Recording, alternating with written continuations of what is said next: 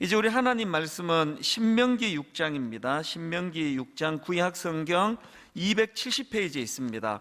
신명기 6장 4절부터 9절까지 말씀인데요, 오늘도 다 자리에서 일어나셔서 하나님의 말씀을 봉독하도록 하겠습니다. 신명기 6장 4절입니다. 이스라엘아 들으라, 우리 하나님 여호와는 오직 유일한 여호와이시니 너는 마음을 다하고 뜻을 다하고 힘을 다하여 내 하나님 여호와를 사랑하라. 오늘 내가 내게 명하는 이 말씀을 너는 마음에 새기고 내 자녀에게 부지런히 가르치며 집에 앉았을 때에든지 길을 갈 때에든지 누워 있을 때에든지 일어날 때에든지 이 말씀을 강론할 것이며 너는 또 그것을 내 손목에 메어 기호를 삼으며 내 미간에 붙여 표로 삼고 또 내 집 문설주와 바깥문에 기록할지니라. 아멘. 자리에 앉아주시기를 바랍니다. 프랑스의 어느 기자가 책을 썼는데요, 그 책 제목이 너의 죄를 사하노라, 이런 제목입니다. 이 책은 프랑스에서 활동하는 40명의 신부들이 경험했던 그 고해 성사를 묶어놓은 책이라고 합니다. 그 책에 보면은 기자가 신부님들께 이런 질문을 던집니다. 사람들이 가장 많이 하는 고해 성사가 무엇입니까? 그랬더니 신부님들이 답하기를 이 고해 성사의 70%가 불륜이나 포르노 중독, 또 성매매와 같은 성적인 문제였다, 이런 답을 하시더라는 겁니다. 그러면서 이제 그 어느 신부님이 경험한 사례 하나를 거기다가 드는데요, 어느 부인이 신부님을 찾아왔습니다. 그리고는 고백하기를 자기가 불륜에 빠졌는데 그 상대방 남자가 그 자기 남편도 아는 사람이라는 겁니다. 그렇게 불륜을 고백을 하고 뭐 어느 정도 시간이 지났는지 모르지만 되게 웃기는 게요, 이번에는 그 불륜을 저질렀다고 고백했던 그 부인의 남편이 또 신부님을 찾아왔습니다. 그리고는 또 고백하기를 자기가 또 불륜에 빠졌다는 겁니다. 근데 진짜 웃기는 게 뭔지 아십니까? 그 불륜에 빠진 상대방이 누군가 하니까요, 자기 아내가 불륜에 빠진 상대방 남자에게 이 남편도 그 남자한테 지금 불륜에 빠졌다는 겁니다. 우리 어른들이 지금 뭔 소리 하는 거야 지금? 저도 처음에 이해가 잘 안 돼가지고 이게 뭔 얘기지 이게? 요즘 우리 그 청년들 사이에 그 우프다, 이런 말을 이제 유형으로 만들어서 하곤 한다는데요, 이 우프다가 뭔지 아시죠? 웃기면서 슬프다. 그게 되게 웃기는데 참 슬픈 거예요. 지금 이 세상이 뭐 어떻게 돌아가는 건가?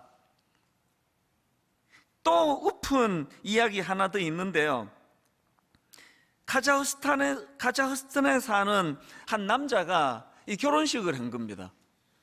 근데 신부가 누군지 아십니까? 여성 신체를 본뜬 뭐 성인용 뭐 리얼 돌, 이런 얘기 들어보셨죠? 저도 뭐 이게 뭔지 모릅니다. 돌이라는 거 보니까 뭐 인형인 것 같긴 하네요. 이 남자가 그 성인용 인형과 2년 가까이 열애한 끝에 결혼식을 올리게 되었다. 여러분, 이게 장난으로 한 게 아닌 게요, 모든 결혼 순서 하나하나가 굉장히 진지하고 엄숙하게 진행이 됐다 그러고요, 또 그것을 전하는 기사를 한번 읽어 드릴게요. 들어보십시오. 결혼식에 모인 하객들은 행복한 커플의 아름다운 출발을 아낌없는 박수로 축복하고, 신랑은 그 성인 용품과 함께 커플 댄스를 추기도 했다. 무엇 하나 다를 게 없는 평범한 결혼식의 모습이다. 그리고 그 남자가 그 언론에 인터뷰한 걸 거기다 내놨는데 이렇게 말했습니다. 우리의 이야기는 섹스 그 자체보다도 훨씬 더 나를 흥분시킨다. 뭐 모든 기준이 이 성적으로 흥분시켜주는 그 대상이 뭐 인간이든 뭐 그게 뭐 동성이든 그게 이성이든 그게 뭐 성인용 인형이든 그 중요하지 않다는 거 아닙니까? 그래서 제가 그 내용을 쭉 보면서 뭐 이건 우프다고 하기보다는 역겨운 것 같잖아요. 그래서 오늘 이 시대가 걱정이 되는 게 뭐냐 하면은 뭐 이런 일들이 뭐 몇몇 그 정신 나간 사람들만의 돌발적인 문제가 아니구나 이런 생각을 하게 됐던 게 제가 지난주에 본 기사 같은데요. 머리 기사가 이랬습니다. 남자 넷, 여자 둘, 내무반 점점점 여성 징병제 노르웨이의 파격적인 시도. 이 보니까 노르웨이가 2016년도부터 여성 징병제가 실시되고 있는데 제가 놀란 게 뭐냐? 혼숙을 한다는 거예요. 그래서 배치하기를 그 숙소에 남자 넷, 여자 둘 이렇게 배치를 아예 그렇게 진행한다는 겁니다. 아니 노르웨이가 뭐 글쎄 뭐 방이 모자라는 겁니까? 이게 이게 뭘 하는 거냐는 거예요. 그냥 대놓고 남자 넷, 여자들 이렇게 혼숙으로 배치하는데 뭐 그 과정에서 뭐 반대가 있었는지 없었는지 모르지만요, 이게 통용이 되고 있다는 게 뭘 의미하겠습니까? 그만큼 지금 유럽에 있는 사람들의 생각, 의식이 우리하고는 다른 거예요. 그 남녀가 혼숙하는 게 왜? 뭐가 잘못됐지? 제가 두려워하는 게 두 가지가 있는데요. 하나는요, 이렇게 고삐가 풀려버린 인간의 자유 추구가 끝이 없다는 겁니다. 그 동성애로 시작을 해가지고 뭐 수간 뭐 이런 정말 내가 입에 담기조차 민망한 그런 것들을 유럽의 어느 나라는 법으로 허용을 한다. 그리고 이것도 지금 끔찍한데 이게 지금 이렇게 멈추어 준 게 아니고요, 계속 지금 끝간데 없이 가고 있는 거 아닙니까? 우리 자녀의 자녀 세대쯤 됐으면 도대체 이 세상이 뭐 어떻게 굴러가는지 알 수가 없는, 그게 저를 두렵게 만드는 거예요. 그런가 하면은 제가 두려워하는 게 또 하나 더 있는데요, 이런 병든 유럽과 미국의 문화와 가치관에 오늘 우리 대한민국 젊은이들에게 이게 그대로 이게 지금 노출되어 있는 거 아닙니까? 요즘 청년들이 즐겨보는 넷플릭스 같은 이런 뭐 영화나 드라마, 뭐 미드 그러잖아요. 미국 드라마 막 많이 본다 그러는데요, 거기에 이게 뭐 가랑비에 옷 젖는다고요. 그래서 지금 우리 청년들이 뭐 얼굴은 우리랑 비슷하지만 이 가치관은 완전히 다른 그런 가치관으로 사는 청년들이 얼마나 많은지 모릅니다. 여기에 반해서 오늘날 이 교회의 무기력한가 한번 보십시오. 교회가 힘을 쓰지 못하는 젊은이들에 대해 무슨 신앙교육이 일어나고 있습니까? 가정은 또 어떻습니까? 뭐 잠이나 재워주고 밥이나 먹여주는 거지, 이 아이들을 무섭게 장악해가는 이 생각의 변화를 지금 우리가 뭘 도와주고 있느냐고요. 그래서 두려운 겁니다. 이런 점에서 저는 오늘 본문 말씀이 굉장히 중요하다고 생각하는데요, 오늘 본문 신명기 6장 4절부터 9절 말씀은 쉐마 본문으로 알려진 유명한 말씀입니다. 그리고 오늘 이 본문 말씀은 가나안 진입을 앞둔 백성들을 향한 지도자 모세의 설교입니다. 지금 이 말씀에서 모세가 자녀 교육에 대하여 막 얼마나 강조합니까? 본문 신명기 6장 6절부터 한번 보십시오. 오늘 내가 너에게 명하는 이 말씀을 너는 마음에 새기고 내 자녀에게 부지런히 가르치며, 그러면서 이 신뢰를 쭉 드는 거 아닙니까? 내 자녀에게 부지런히 가르치며 집에 앉았을 때에든지 길을 갈 때에든지 누워 있을 때에든지 일어날 때에든지 이 말씀을 강론할 것이며, 너는 또 그것을 내 손목에 메어 기호를 삼으며 내 미간에 붙여 표로 삼고 또 내 집 문설주와 바깥문에 기록할지니라. 막 너무나 절실한 마음으로 호소하는 거 아닙니까? 막 때를 얻든지 못 얻든지 기회가 있다 없다 이런 소리 하지 말고 막 틈나는 대로 자녀들에게 가르쳐야 된다는 겁니다. 모세가 이런 애타는 심정으로 호소하는 데는요, 이유가 있습니다. 여러분이 다 아시지만 그 구약의 신명기서는 지도자 모세의 설교 3편으로 이루어져 있거든요. 오늘 본문 6장은 그 3편의 설교 중에 두 번째 설교에 해당되는 말씀입니다. 이 두 번째 설교에서 모세는 지금 이스라엘 백성들이 이제 가나안에 진입하게 되면은 거기에 타락한 가나안 원주민 문화에 너희 세대들이, 너희 자녀 세대들이 노출이 될 텐데, 중심을 갖고 자녀 교육이 이루어지지 않으면 끔찍한 일들이 일어날 걸 두려워하고 있는 거 아닙니까? 지금 이 모세의 설교를 듣고 있는 대상은 출애굽 2세대들이에요. 제가 예전에 한번 출애굽 세대가 1세대, 2세대, 3세대로 나누어진다고 설교했던 기억이 있는데요. 출애굽 1세대는 애굽에서 태어난 사람이에요. 종살이도 해보고, 그리고는 이제 10가지 재앙을 거치고 홍해를 하나님이 어떤 은혜로 건너게 해주셨던가, 이런 걸 경험한 세대가 출애굽 1세대입니다. 그런가 하면은 출애굽 2세대는 광야 세대라고 부르기도 하는데요, 광야에서 태어난 사람들이에요. 그래서 출애굽 2세대는 광야에서 태어나서 가나안으로 들어가서 정복 전쟁을 치루었던 세대들. 그러니까 지금 이 모세의 설교를 듣고 있는 출애굽 2세대는 자기 부모들이 경험했던 애굽의 10가지 재앙, 그걸 하나님 어떻게 인도해 주셨고, 그리고 또 홍해를 하나님이 어떤 능력으로 갈라주셨는가, 이거 경험을 못한 세대예요. 그 대신에 1세대 부모로부터 계속 전해 듣는 거 아닙니까? 너 홍해를 건널 때 그 하나님 은혜가 얼마나 놀라웠는지 아느냐? 그 못된 바로왕의 그 강팍한 심령을 하나님께서 10가지 재앙을 통하여 돌파하던 그 능력을 니들은 경험 못했지 않느냐? 그 윗대 어른들에게 계속 그런 얘기를 전해 들었던 세대가 2세대고요. 그런가 하면은 출애굽 3세대는 가나안 세대라고 그렇게 이름을 짓습니다. 그들은 이제 가나안에 정착해서 안정을 추구하던 세대들이다, 이렇게 설명할 수가 있는데, 이게 우리에게 너무 흥미로운 게 오늘날 우리 대한민국 그리스도인들에게 이게 딱 들어맞는 이야기예요. 저는 이 세대,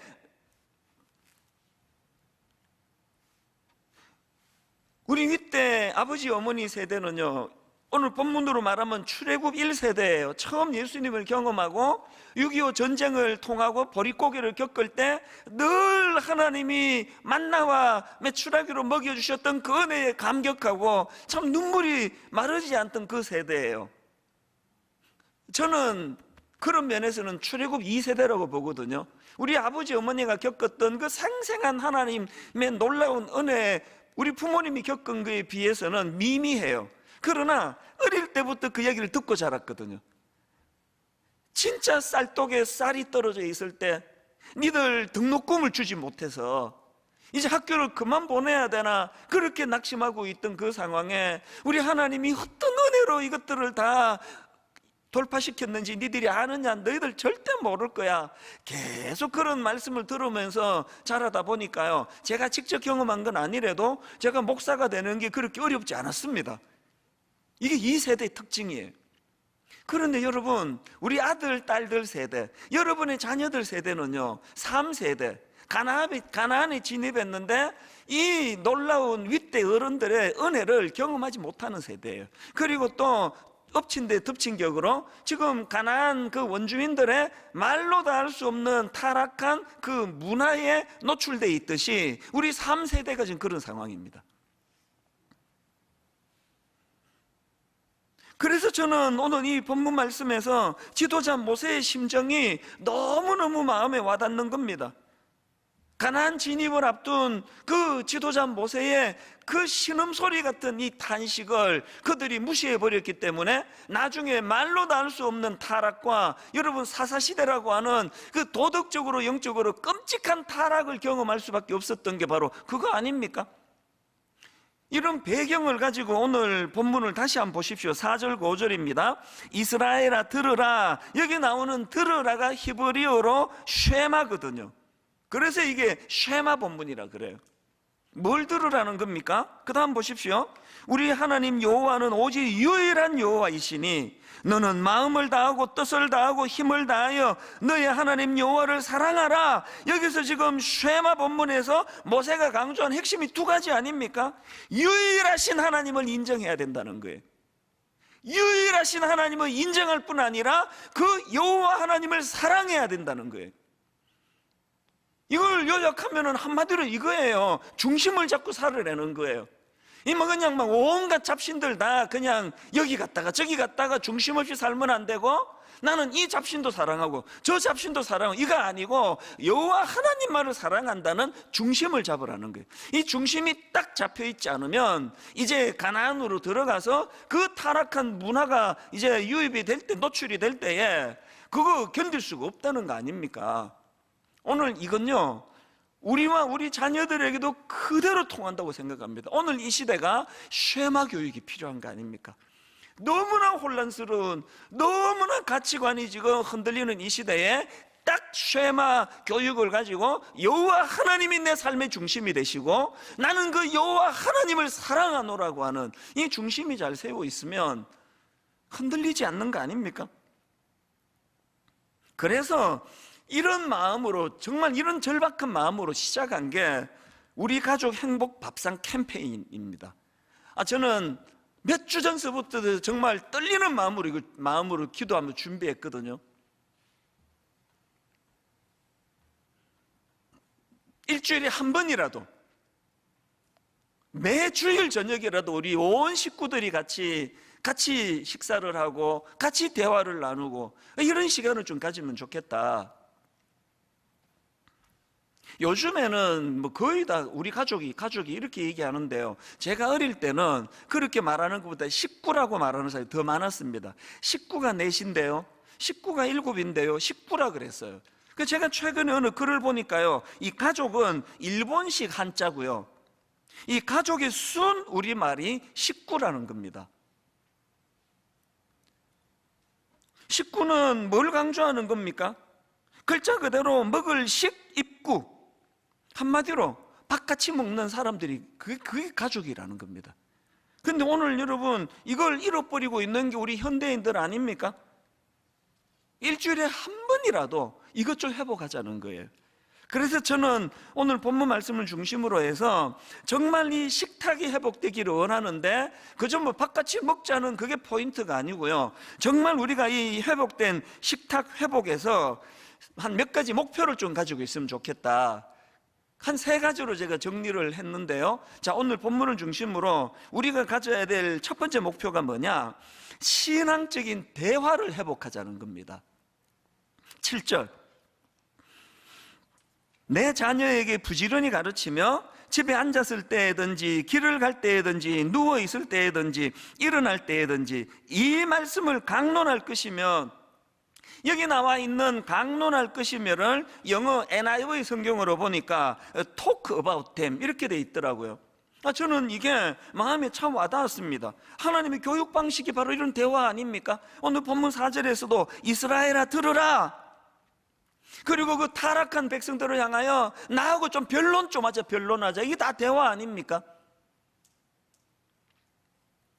최근에 제가 그 인터넷으로 어느 강의를 듣다가 보니까 그 강사님이 여자분이에요. 이분이 이제 하는 말이, 자기가 결혼을 하고 보니까 그 남편이 책을 안 읽더라는 거예요. 책을 안 읽어도 막 너무 안 읽더래요. 그래서 이거 되게 독특하다. 아니 어떻게 책을 이렇게 안 읽지? 그랬는데요, 그게 뭐 결혼 전이라든가 결혼 후라든가 시댁을 가서 보고 이분이 깜짝 놀랐다는 겁니다. 시댁에 갔더니요, 막 대화가 막 너무 활발하더래요. 뭐 누가 뭐 말이 되는 소리라도 안 되는 소리라도 그 자르고 면박 주고 하지 않고 막 다 수용하고 대화하고 그러는데, 아마도 이 강사님의 친정은 좀 그런 분위기가 아니었나 봐요. 대화도 없고 막 좀 막 면박도 주고 뭐 그랬는지, 그래서 이분이 이제 너무 놀란 게 시댁을 보고, 그러면서 그 강의에서 이분이 그 남편에 관하여, 책 읽는 남편에 관하여 어떤 결론을 내렸는지 아십니까? 그 시댁의 활발한 대화를 보고 이렇게 결론 내렸대요. 우리 남편 책 안 읽어도 된다. 대화가 이 정도 활발하고 그 대화 가운데 여러 가지 그런 지혜와 지식이 오갈 수 있다면 뭐 따로 책 읽을 필요가 있나? 여러분, 이 여자분의 생각이 옳은 게요, 제가 이번 설교를 준비하면서 밥상머리의 작은 기적이라는 책을 구해서 읽었는데요, 그 책에 보니까 하버드 대학교의 캐서린 교수가 이런 말을 하는 걸 기록했더라고요. 가족 식사를 자주 하고 식탁에서 활발한 의견이 오가는 가정의 아이는 책을 읽어주는 부모의 아이보다 훨씬 많은 의휘력을 갖고 있더라. 책을 왜 읽는데요? 의휘력을 더 넓히고 어린아이들의 사고를 돕도록 책 읽어라 그러는데, 밥상머리에서 식탁에서 활발하게 부모와 아이들이 대화가 잘 되는 그런 아이들은 의휘력이 굉장히 풍성해진다는 겁니다. 그리고 말을 많이 거는 자녀들에게 말이에요. 말을 많이 거는 부모를 만난 자녀들이 그렇지 않은 자녀들보다 언어 능력이 우수하다는 겁니다. 이 어휘력과 학업 성적이 밀접한 관계를 갖고 있는 거 아닙니까? 그런데 우리 한국 교육의 모순이 뭐예요? 애들 성적 올리려고 학원 보내고 학원 보내느라고 밥상머리 교육이 일어나지 않으니까 이게 지금 뭐 어떻게 되는 건지 모르겠습니다. 초록 우산 어린이재단에서 몇 년 전에 설문조사를 했는데 그 결과를 보니까요, 가족과 함께 보내는 하루 평균 시간이 딱 13분이래요. 이게 지금 하수가고 있습니까? 이걸 가족이라 할 수 있습니까?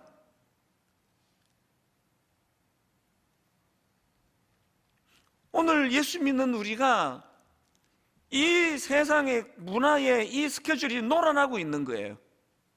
자녀와는 전혀 소통이 되질 않고 대화할 거리도 없고 그저 뭐 잠이나 재워주고 뭐 용돈이나 주고 그거 말고는 하지 못하는 이 사이에 오늘 여러분 무슨 미국 드라마니 뭐 넷플릭스니 이런 걸 통해 가지고 우리 아이들의 가치관을 저런 무슨 유럽에 있는 상상할 수 없는 미국에서 흘러오는 그런 아주 역겨운 문화에 우리 아이들이 노출이 돼 있다고 하는데 이거 방치하시겠습니까? 그래서 일주일에 한 번이라도 우리가 함께 저녁 식탁을 같이 하면서 좀 하나님 이야기도 하고, 그 너희 할아버지 할머니가 어떤 은혜를 받아 우리 가정이 여기까지 온지 아느냐? 네 아빠가 만난 하나님, 네 엄마가 만난 그 하나님의 그 놀라운 얘기 좀 들어봐라. 이걸 하자는 거예요. 이걸 대화가 오가고 아이들에게 질문이 오가고 그러면서 이 밥상머리에 신앙교육, 이 대화가 좀 이루어지도록 하자. 이게 첫 번째 목표예요. 두 번째 목표가 뭐냐? 식탁 교제를 통해서 주님 안에서의 즐거움을 회복하자는 겁니다. 이 가정은요, 홈 스윗 홈 아닙니까? 오늘 본문 7절입니다. 내 자녀에게 부지런히 가르치며, 이것도 제가 보니까 히브리어로 이 샤난이라는 단어인데요, 이건 갈다, 연마하다, 날카롭게 하다 그런 뜻을 가지고 있거든요. 이것도 제가 영어 NIV 성경으로 보니까 이렇게 돼 있더라고요. Impress them on your children. 그러니까 내 자녀에게 부지런히 가르치고를 이렇게 돼 있는 거를 보니까 이게 Impress them on your children이 이 자녀들을 감동시키라 이렇게 번역할 수 있는 거 아닙니까? 물론 여기 나오는 Impress라는 단어가 전체적인 맥락으로는 그 각인시키라는 뜻으로 이제 쓰여졌겠지만, 그러나 제가 이거를 보면서 자녀들을 감동시키라고 그렇게 번역할 수 있는 그 NIV 성경을 보면서 마음에 무슨 깨달음이 있느냐? 여러분, 아이들에게 신앙을 각인시킨다고 뭐 주입식 교육으로 되던가요? 무조건 믿으라고 해서 믿으시던가요? 감동이에요, 감동. 그래서 제가 청소년사에 갈 때 책 제목을 잘 써가지고 책을 좀 많이 판 책이 있는데요, 제 제목 이렇게 정했습니다. 교육은 감동이다. 막 사고 싶어지죠, 그죠? 맞습니다. 교육은 감동이에요. 교육은 주입 아닙니다. 여러분, 왜 주일 저녁마다 우리가 함께 식탁을 나누고 자녀들과 함께 그런 시간을 가지자 하느냐 하면, 신앙은 전수인데요, 강제로 주입해서 되는 게 아닙니다. 즐거운 식탁 안에서 이걸 잘 활용하신 분이 우리 예수님 아닙니까? 그 당시 종교 지도자들이 예수님을 비난하면서 했던 말들 기억하시죠? 누가복음 7장 34절입니다. 인자는 와서 먹고 마시매 너희들이 보라, 너희 말이 보라, 먹기를 탐하고 포도주를 즐기는 사람이요 세리와 죄인의 친구로다. 그 타락한 종교 지도자들이 지금 예수님을 먹기를 탐하는 자라고 비난하고 있지만요, 여러분 한번 보자고요, 결과를. 여러분, 그 악한 세리와 죄인을 누가 변화시켰습니까? 그 당시 종교 지도자들입니까? 그들이 비난하던 예수님 아닙니까? 어디에서 변화시켰습니까? 그 악한 세리와 죄인들을 초대해서 한 식탁을 나누던 예수님의 밥상에서 그들의 변화가 일어나는 거 아닙니까? 오늘 우리 예수 믿는 부모들이 제가 반성해야 되는 게 이거라는 겁니다. 사실 제가 많은 질문을 하게 되는데 여러분 한번 질문을 드릴 테니까 답해 보세요. 여러분, 오늘 우리 아빠들은요, 우리 엄마들은 지금 자녀들에게 있어서 이 경직된 종교 지도자의 모습으로 다가가십니까? 밥상을 차려주시는 예수님의 모습으로 다가가십니까? 나 큐티 안 했지? 내 십계명 외울 수 있어? 그 예수 믿는다는 애가 왜 그 모양이야? 이건 종교 지도자의 모습이에요. 그래서 대부분의 애들이요, 예수 잘 믿는 부모를 싫어해요. 우리 집도 마찬가지입니다. 제가 한 번씩 얘들아 모이자 그러면요, 우리 애들 막 그거 엄청 싫어합니다. 모이자 그러면 갑자기 막 경직이 돼가지고요, 중간고사인데요 그래요. 언젠데? 그러니까 4주 뒤인데요 그래. 내가 반성하는 게 그거예요. 내가 우리 아이들에게 종교 지도자의 모습으로 경직되게, 근데 목사애가 그래서 돼? 그러니까 뭐 모이면은 자꾸 또 막 그렇게 갈 것 같으니까 모이는 거 되게 싫어해요.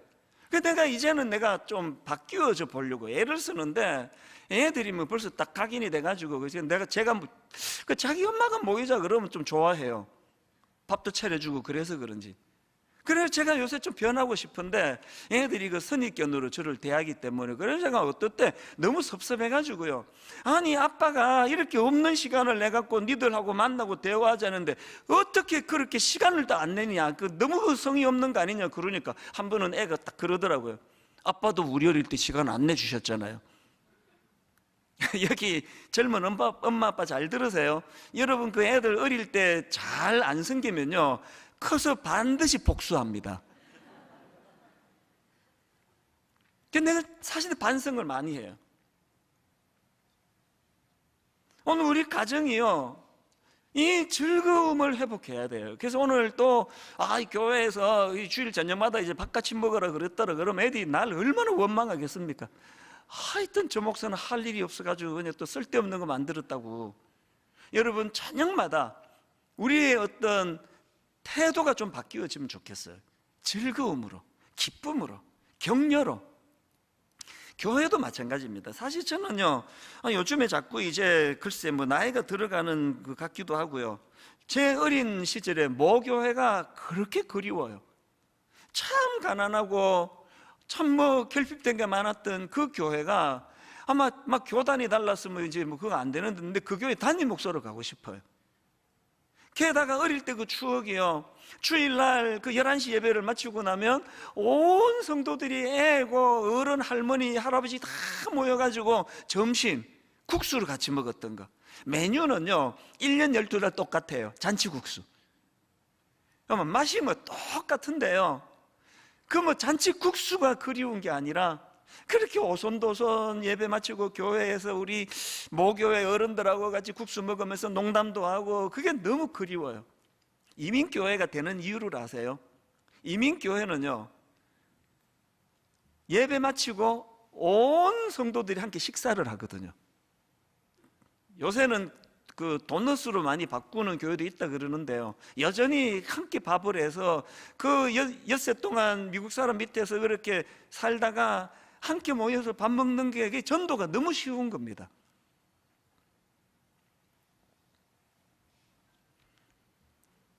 제가 참 우리 예수님께 그 신세를 많이 졌는데요, 결정적인 게 학교 다닐 때 성탄절을 대놓고 밤새도록 놀게 해주신 분이 우리 주님 아닙니까? 그래서 크리스마스가 되면은 막 해방이다 그래서 막 밤새도록 사치기 사뽀뽀 사치기 사뽀뽀 막 그러면서 밤새도록 놀아도 누구 하나 뭐라 그러질 않고, 그렇게 새벽 3시 4시까지 놀고 나면은 우리 권사님들이 국밥을 해요. 그때는 잔치국수 아닙니다. 뜨끈뜨끈한 국밥을 하고, 애들아 이제 국밥 먹으러 오라 그러면 막 새벽 4시에 가서 그 국밥 맛은 잊을 수가 없습니다. 그렇게 국밥 한 그릇 말아 먹고는 이제 조를 나누어 가지고 새벽송, 그래서 이제 그 불 밝히는 그거 하나 들고 가는데 내 어린 기억으로 그 별똥별이 쏟아져 내리던 그 새벽이 잊혀지지가 않아요. 요새는요, 그 추억이 있어가지고 암만 하늘을 봐도 그때 다 쏟아져 버렸는지 별똥별이 보이지가 않습니다. 정말 여러분, 단 한순간만 그 시절로 돌아가 봤으면 좋겠습니다. 이게 교회예요. 너 예수 안 믿으면 지옥 가? 너 죽을래? 이래서 전수하는 게 아니라 자연스럽게 그저 어른과 아이들이 함께 어울려 잔치국수 먹고 그 뜨거운 국밥을 먹으면서 추억을 쌓아가면서, 이게 신앙교육이거든요. 여러분, 29개 교회로 빨리 나누어졌으면 좋겠어요. 막 290교회로 나누어져서 교회들마다 이런 즐거움을 좀 회복했으면 좋겠습니다. 자꾸 대형 교회로 가겠다고 그러지 마시고요, 이 신앙생활의 즐거움, 요새같이 이렇게 외로운 하이테크 시대에 우리 모두가 목마른 게 하이터치 아닙니까? 내 이름을 알아주고 내 이름을 불러주고 우리 잔치국수 먹으러 가지고 함께 손잡고 가는 이런 교회가 좋은 교회 아닙니까?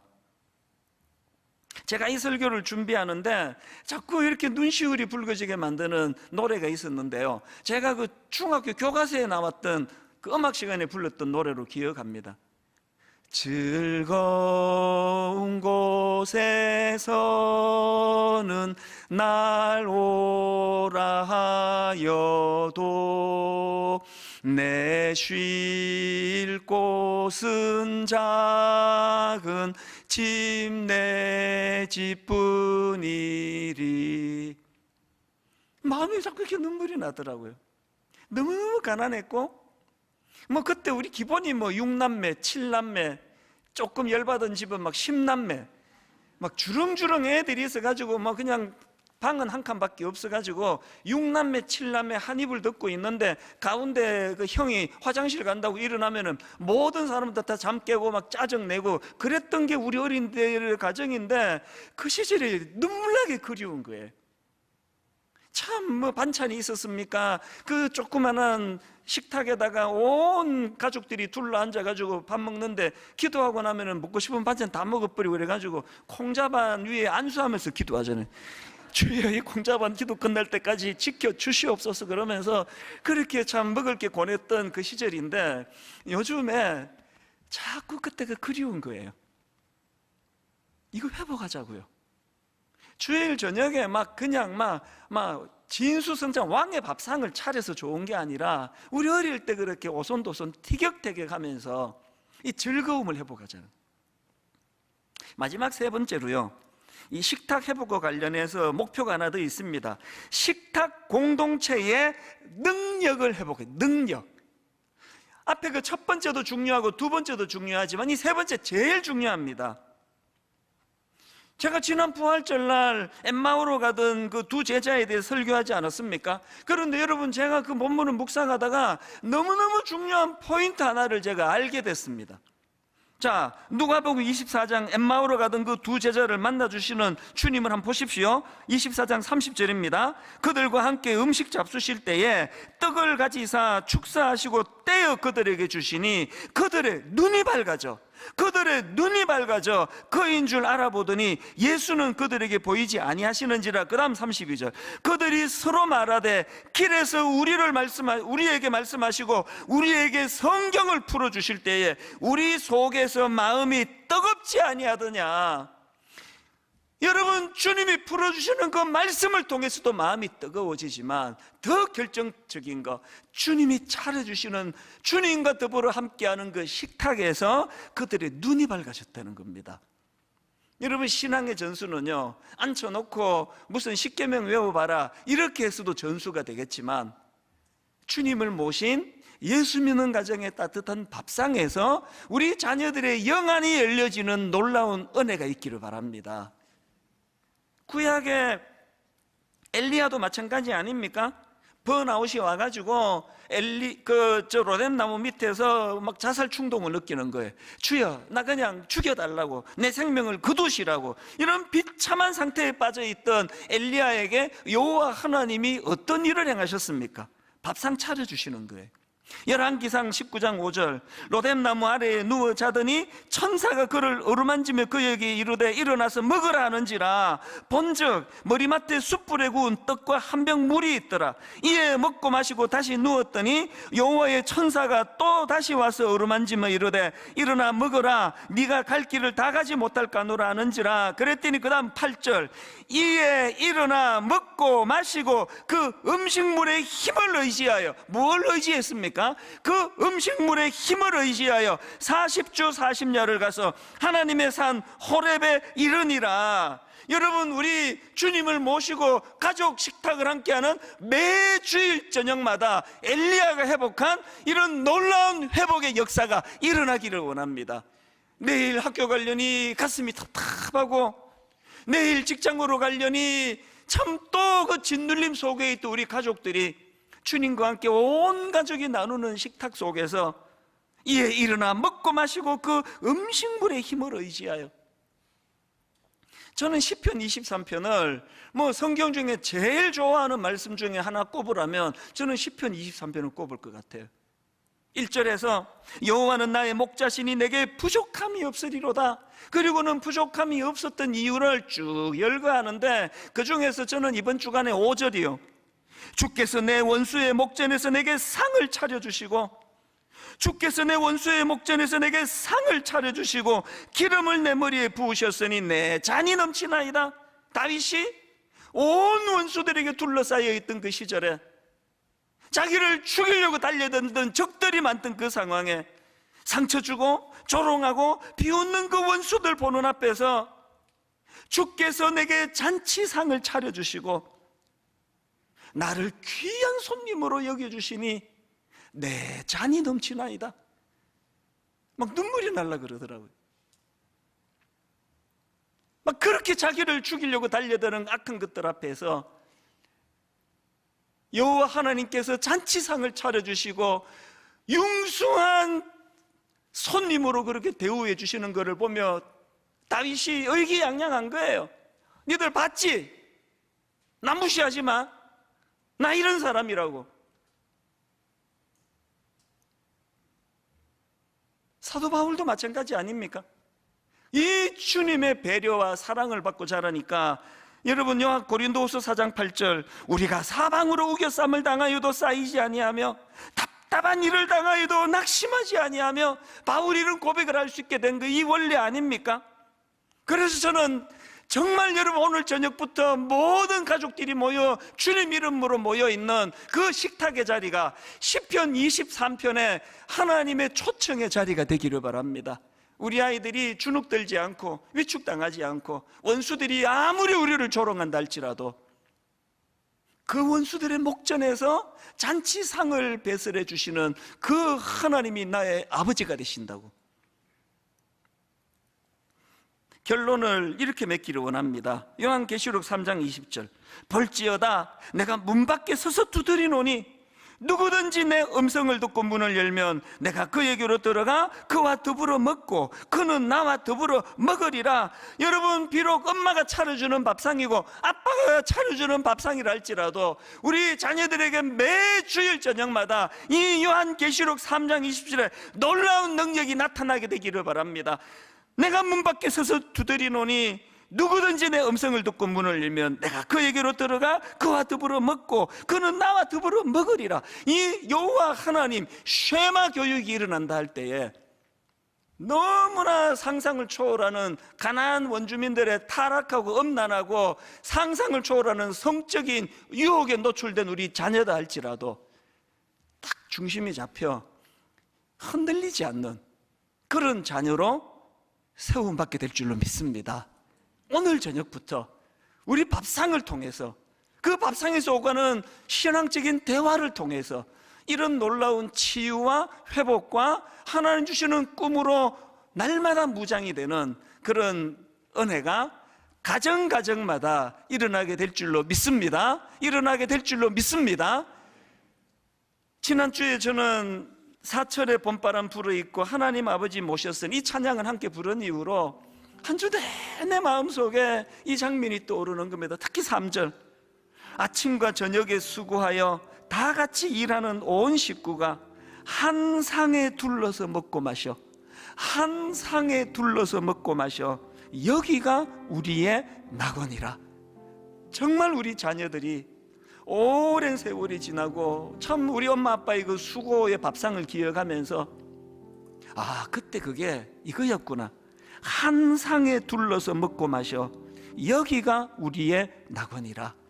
우리 가사를 기억하시면서 함께 이 찬양 불러보기 원합니다. 한 번 더 지난주에 이어서 이 찬양 부르기 원합니다. 사철의 봄바람 불어있고. 사철의 봄바람 불어있고 하나님 아버지 모셨으니 하나님 아버지 모셨으니 믿음의 반석도 든든하다. 이렇게 고백하시겠습니까? 우리 집 즐거운 동산이라. 우리 집 즐거운 동산이 고마워라 임마누엘.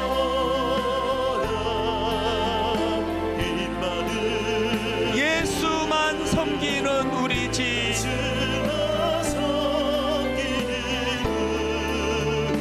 고마워라 임마누엘.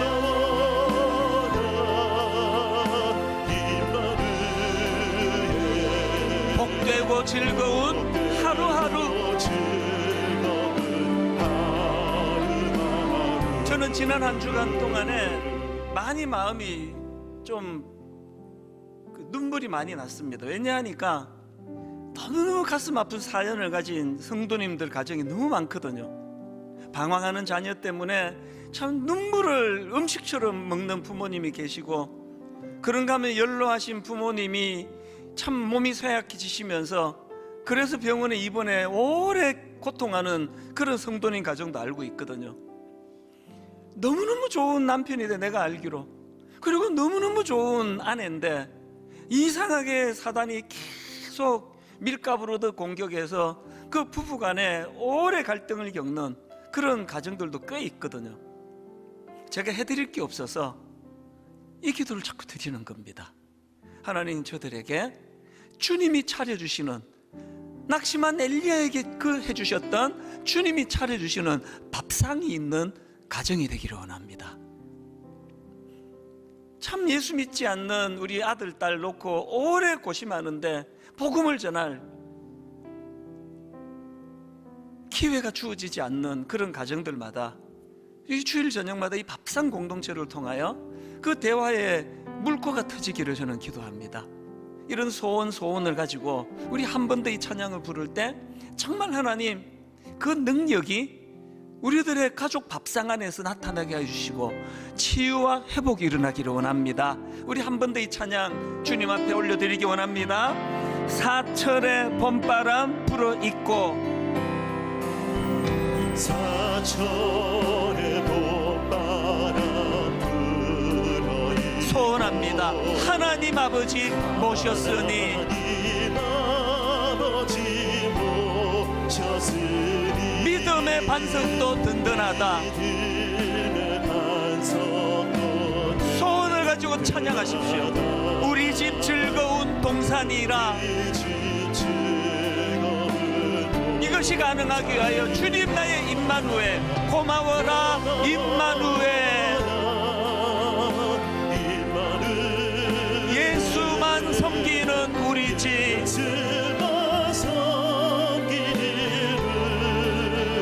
고마워라 임마누엘.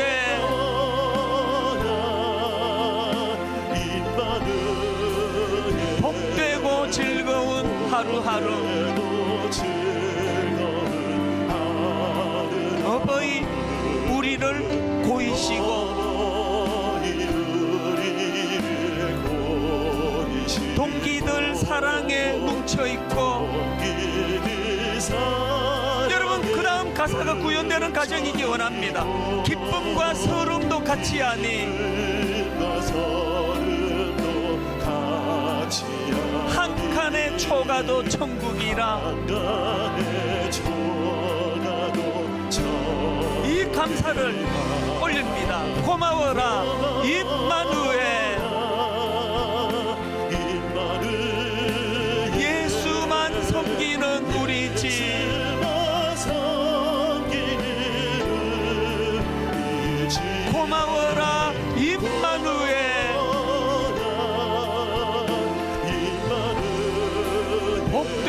즐거운 하루하루, 아침과 저녁에 수고하여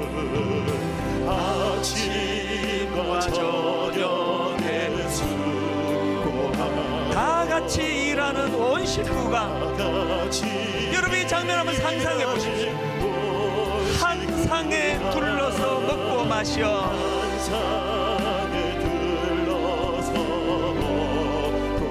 여기가 우리의 낙원이라.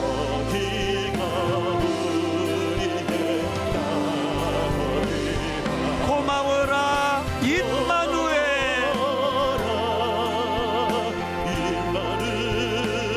예수만 섬기는 우리 집.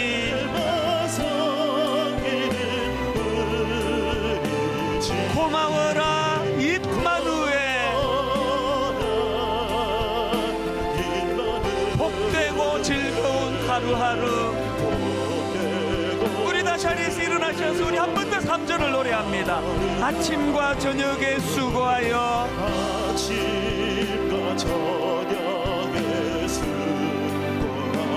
다 같이 일하는 온 식구가, 정말 이런 가정이 이루어지기를 기도하기 원합니다.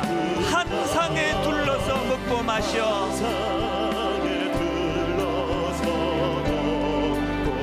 여기가 우리의 낙원이라. 고마워라 임마누엘,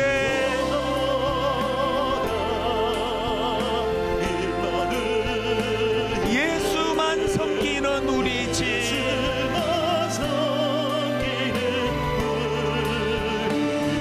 고마워라 임마누엘,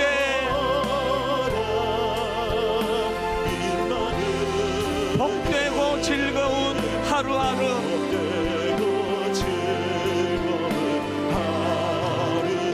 우리 통성으로 기도할 때 가정을 위해 기도합니다. 우리 연로하신 부모님을 위해 기도합니다. 하나 우리 자녀 교육을 위하여 기도합니다. 쉐마 교육이 일어나는 가정 되기 원합니다. 오늘 주신 말씀을 마음에 담고 각자에게 주신 메시지를 가지고 통성으로 같이 기도하시겠습니다. 살아계신 하나님 아버지, 오늘 저희들에게 이 아름다운 예배를 허락해 주시고 영적으로 잔치를 배설해 주신 은혜 감사합니다.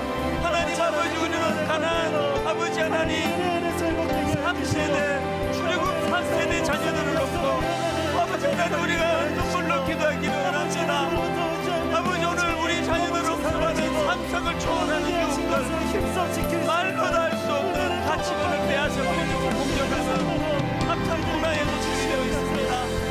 하나님 아버지, 우리 자녀들을 불쌍히 여겨주시기를 원합니다. 하나님 우리 자녀들을 불쌍히 여겨주시기를 원합니다. 아버지, 우리 그때 부모님이 누렸던 너무너무 생생한 하나님의 은혜 공예를 갈라주시고 만나서 보여주시고, 아버지 하나님 불기둥 불을 기둥으로 인도해 주시고 못된 악한 바로의 10가지 재앙을 돌파해 주신 하나님의 능력들, 우리는 그 윗대 부모들이 경험했던 그 놀라운 은혜를 아버지 우리도 맛보고 경험하기 원합니다. 그리고 하나님 우리 다음 세대 자녀들에게 이 살아계신 하나님의 능력을 전하는 부모가 되기를 원합니다. 쉐마 교육이 이루어지는 가정이 되기를 원합니다. 매주일 저녁마다 하나님 함께 식탁에 둘러앉아 대화가 회복이 되고 가정의 기쁨과 즐거움이 회복이 되며 주님은 오죽 보신 가정의 식상의 능력이 나타나기를 원하오니 살아계신 하나님 그렇게 인도하여 주시기를 원합니다. 주시옵소서. 이끌어 주시고 회복시키실 주님을 바라봅니다. 여호와는 나의 목자시니 내게 부족함이 없으리로다. 주께서 내 원수의 목전에서 내게 상을 차려주시고 기름을 내 머리에 부으셨으니 내 잔이 넘치나이다. 볼지어다 내가 문 밖에 서서 두드리노니 누구든지 내 음성을 듣고 문을 열면 내가 그에게로 들어가 그와 더불어 먹고 그는 나와 더불어 먹으리라. 하나님, 종이 읽어드린 이 모든 말씀들이 예수 믿는 가정의 자녀들에게 이대로 구현되게 하여 주시옵소서. 너무나 우리 아이들의 영혼을 잠시가는 악한 영들이 상상을 초월하는 타락한 그 가치관, 그 타락한 문화로 우리 아이들의 생각을 바꾸어 놓으려고 발악하는 시대인데, 하나님 아버지, 엘리야가 그 악한 원수와 싸우는 과정에서 침체가 오고 차라리 내 목숨을 거두어 가시라고 그렇게 절망할 수밖에 없었던 로뎀 나무 아래 있을 때 여호와 하나님 그에게 밥상을 차려주시고 다시 일어나 달려갈 힘을 공급해 주셨다면, 하나님 우리 성도님들에게 그리고 그들의 자녀에게 이런 은혜를 허락하여 주시옵소서. 온 사방에서 우리를 조롱하는 원수들에게 에워싸여 쌓여있는 성도들에게 하나님 원수의 목전에서 잔치상을 차려주시는 그 주님의 은혜를 경험케 하여 주시옵소서. 잔치상을 차려주시고 우리를 너무나 존귀한 손님으로 초대해 주시는 그 주님을 경험하면서 세상에서 절대 위축되지 아니하고 기죽지 아니하고 비참해지지 아니하며 당당하게 원수들 앞에 주님이 차려주시는 그 잔치상을 누릴 수 있는 그런 이번 한 주간이 되도록 인도하여 주시옵소서. 그런 이번 한 주간 되도록 우리 자녀들을 주님이 붙잡아 주시옵소서. 오늘 저녁부터 하나님 온 가족이 모여 함께 밥상을 나눌 때에 거기에 놀라운 이런 능력이 나타나도록 인도하여 주시옵소서. 지금은 미디어 선교를 위한 헌금 시간입니다. 이 예배를 통해 삶 가운데 은혜와 회복이 충만하시길 간절히 기도합니다.